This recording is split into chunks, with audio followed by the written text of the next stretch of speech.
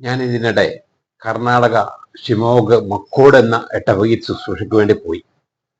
അപ്പോൾ സ്നേഹം നിറഞ്ഞ അവിടുത്തെ വികാരി അച്ഛൻ ഞങ്ങളോട് ചില കാര്യങ്ങളൊക്കെ പങ്കുവെച്ചു. അപ്പോൾ അതിൽ വലിയൊരു സാക്ഷ്യം, അവിടെ വനമേഖലയോട് ബന്ധപ്പെട്ടാണ് അവിടുത്തെ ഇടവക സ്ഥിതി ചെയ്യുന്നത്. എല്ലാവരും കൃഷിക്കാരാണ്. അപ്പോൾ അവിടെ കുറച്ച് നാളായിട്ട് ഒരു ആന വല്ലാതെ ശല്യം ചെയ്യുന്നുണ്ട്. രണ്ടുപേരെ കുത്തിക്കൊന്ന ആനയാണ്. അതോടൊപ്പം തന്നെ പുലിയുണ്ട്, മറ്റെല്ലാ മൃഗങ്ങളുണ്ട്.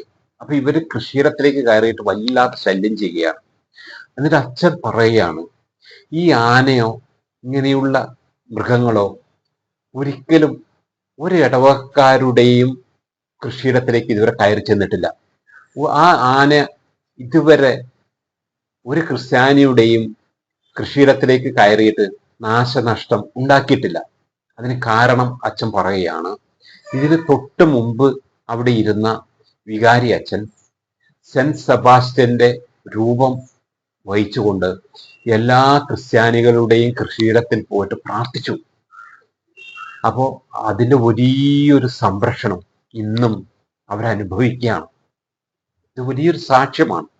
നമുക്കറിയാം, ഇന്ന് നമ്മുടെ കൃഷിയിടത്തിലൊക്കെ വന്യമൃഗങ്ങൾ കയറി ഇറങ്ങുകയാണ്. ആനകള് എത്ര കൃഷികളാണ് നശിപ്പിക്കുന്നത്, എത്ര പേരെയാണ് കൊല്ലുന്നത്. ഭയന്നാണ് പല കൃഷി ഉടമകളും ജീവിക്കുന്നത്. പ്രിയപ്പെട്ടവരെ, നമുക്ക് ഇങ്ങനെയുള്ള ഒരു വിശ്വാസത്തിലേക്ക് കടന്നു പോകാൻ സാധിക്കണം.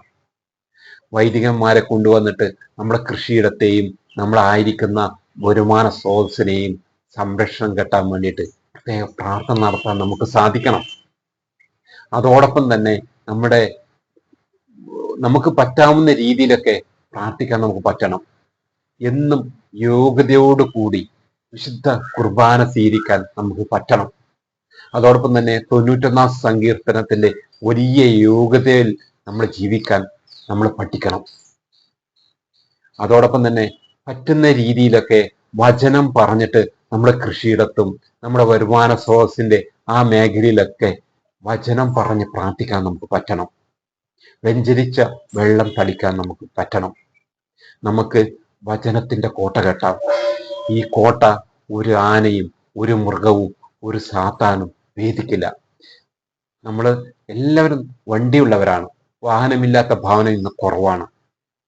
എന്തൊരു അപകടങ്ങളാണ് നടക്കുന്നത്.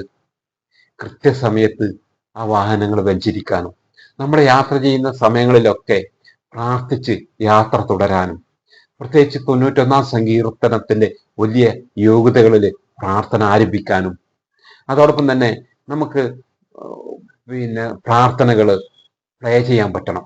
ഇപ്പൊ എനിക്കറിയാവുന്ന ചാലക്കുടിയിലെ ഒരു ബേക്കറി ഉടമയുണ്ട്.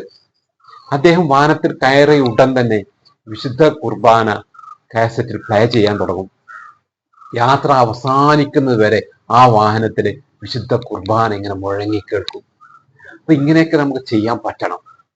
അതോടൊപ്പം തന്നെ നമ്മളെ കുഞ്ഞു മക്കളെയൊക്കെ എല്ലാ ദിവസവും വിശുദ്ധ കുരിശ് വരച്ചിട്ട് പുറത്തേക്ക് വിടാൻ ശ്രദ്ധിക്കണം. ഏത് നിമിഷവും സാത്താനും അപകടവും വന്ന് പെടാം. നമ്മൾ കരുതിയിരിക്കണം.